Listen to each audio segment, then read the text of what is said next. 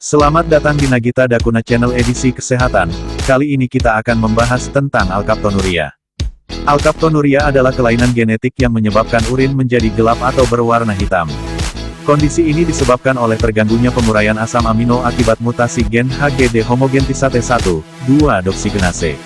Selain urin yang berwarna hitam, alkaptonuria juga bisa menyebabkan kulit, telinga, dan kuku penderitanya tampak kehitaman. Alkaptonuria merupakan kondisi yang berkembang secara bertahap. Pada awalnya, alkaptonuria jarang menimbulkan gejala.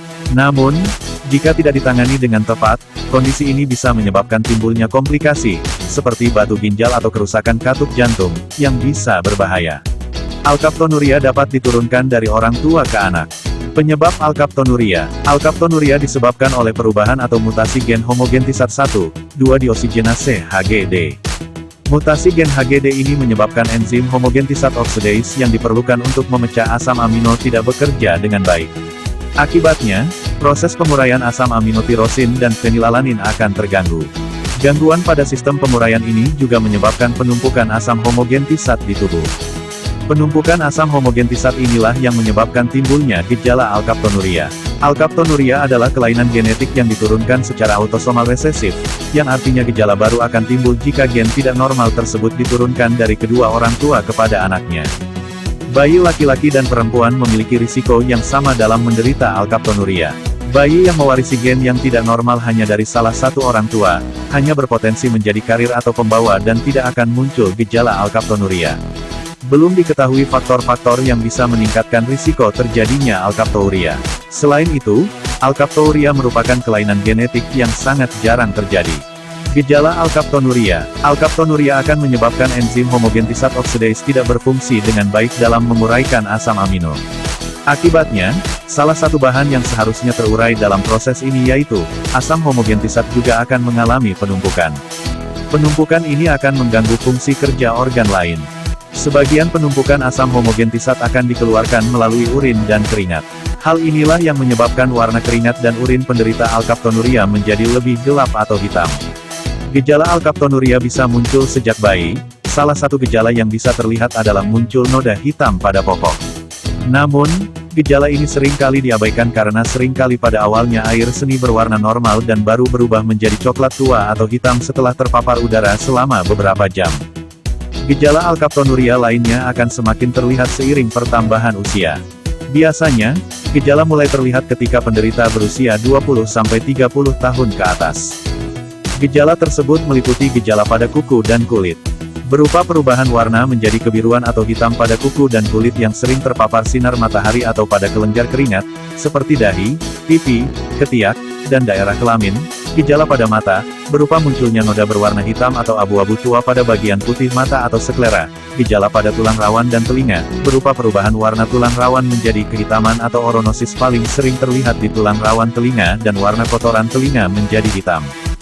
Setelah penderita alkaptonuria menginjak usia 40 tahun ke atas, penumpukan asam homogenisat pada tulang rawan dan sendi juga bisa menyebabkan radang sendi. Gejalanya berupa nyeri atau kaku pada sendi, terutama pada sendi besar seperti bahu, panggul, atau lutut. Jika penumpukan asam homogensitat terjadi pada tulang dan otot yang ada di sekitar paru-paru, bisa terjadi kekakuan dan menyebabkan terjadinya sesak napas dan kesulitan bernapas. Kapan harus ke dokter? Lakukan pemeriksaan ke dokter jika mengalami gejala di atas. Pengobatan yang dilakukan sejak dini dapat menurunkan risiko terjadinya komplikasi, seperti kerusakan tulang, sendi, ginjal, dan jantung. Diagnosis alkaptonuria. Dokter akan menanyakan gejala yang dialami, sekaligus melakukan pemeriksaan fisik dengan melihat warna kulit, telinga, dan bercak hitam pada mata pasien. Untuk memastikan diagnosis, dokter akan melakukan pemeriksaan penunjang yaitu tes urin, untuk memeriksa keberadaan asam homogentisat di dalamnya, tes DNA, untuk mendeteksi mutasi gen HGD di dalam tubuh. Pengobatan alkaptonuria. Belum ada obat yang secara khusus dapat menyembuhkan alkaptonuria. Oleh karena itu, pengobatan alkaptonuria lebih bertujuan untuk meringankan gejala, sekaligus memperlambat perkembangan penyakit, dan mencegah komplikasi.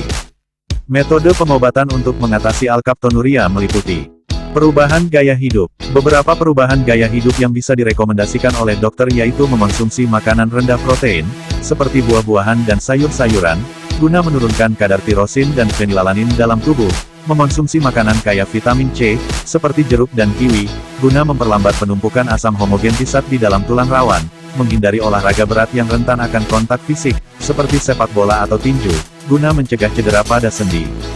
Melakukan olahraga ringan seperti yoga, renang, dan pilates, guna menguatkan sendi, membentuk otot, menurunkan berat badan, memperbaiki postur tubuh, serta membantu meredakan stres, mendapatkan dukungan dan bantuan secara emosional, baik dari keluarga, teman-teman, psikolog atau psikiater, guna mengobati rasa cemas dan depresi yang dialami. Obat-obatan. Sampai saat ini, belum ada obat yang bisa digunakan untuk mengatasi kondisi alkaptonuria. Obat yang diberikan bertujuan untuk meredakan keluhan dan gejala yang dialami oleh penderita alkaptonuria. Beberapa jenis obat yang bisa diberikan dokter yaitu obat pereda nyeri dan obat anti peradangan, untuk meredakan keluhan nyeri sendi, vitamin C, untuk menghalangi penumpukan homogentisat asid, namun penggunaan jangka panjang tidak menunjukkan hasil yang efektif. Salah satu obat yang sedang diteliti efektivitasnya untuk alkaptonuria adalah nitisinon. Nitisinon sebenarnya adalah obat yang digunakan untuk mengatasi kondisi HT1 hereditary tirosinemia tipe 1 atau tirosinemia tipe 1 turunan. Fisioterapi. Fisioterapi dilakukan dengan bantuan alat bernama Transcutaneous Electrical Nerve Stimulation atau TENS. Tindakan ini bertujuan untuk membuat ujung saraf tulang belakang menjadi mati rasa sehingga nyeri mereda. Operasi. Jika alkaptonuria menimbulkan kerusakan pada sendi atau organ lain, tindakan operasi mungkin akan disarankan oleh dokter. Prosedur ini biasanya perlu dilakukan pada 50% penderita alkaptonuria yang berusia 50 tahun ke atas. Jenis operasi yang biasanya dilakukan adalah operasi penggantian panggul, lutut, atau bahu, serta penggantian katup jantung, apabila katup jantung sudah mengeras akibat penumpukan asam homogentisat. Komplikasi alkaptonuria. Penumpukan asam homogenitat dalam tubuh yang tidak ditangani dapat menyebabkan sejumlah komplikasi yaitu aterosklerosis, batu ginjal, batu prostat atau prostatik kalkuli, robeknya tendon Akilis, penyakit jantung koroner, kerusakan sendi dan tulang belakang, kerusakan katup mitral jantung. Pencegahan alkaptonuria yaitu lakukan konseling genetik, jika ada anggota keluarga Anda atau pasangan Anda yang menderita alkaptonuria. Konseling genetik dilakukan untuk mengetahui seberapa besar kemungkinan Anda memiliki anak yang menderita alkaptonuria. Jika Anda sedang hamil, tes seperti amniocentesis dan chorionic villus sampling atau CVS dapat dilakukan untuk deteksi dini alkaptonuria pada janin. Konsultasikan lebih lanjut dengan dokter mengenai tes ini. Salam sehat, sampai jumpa di video selanjutnya. Terima kasih.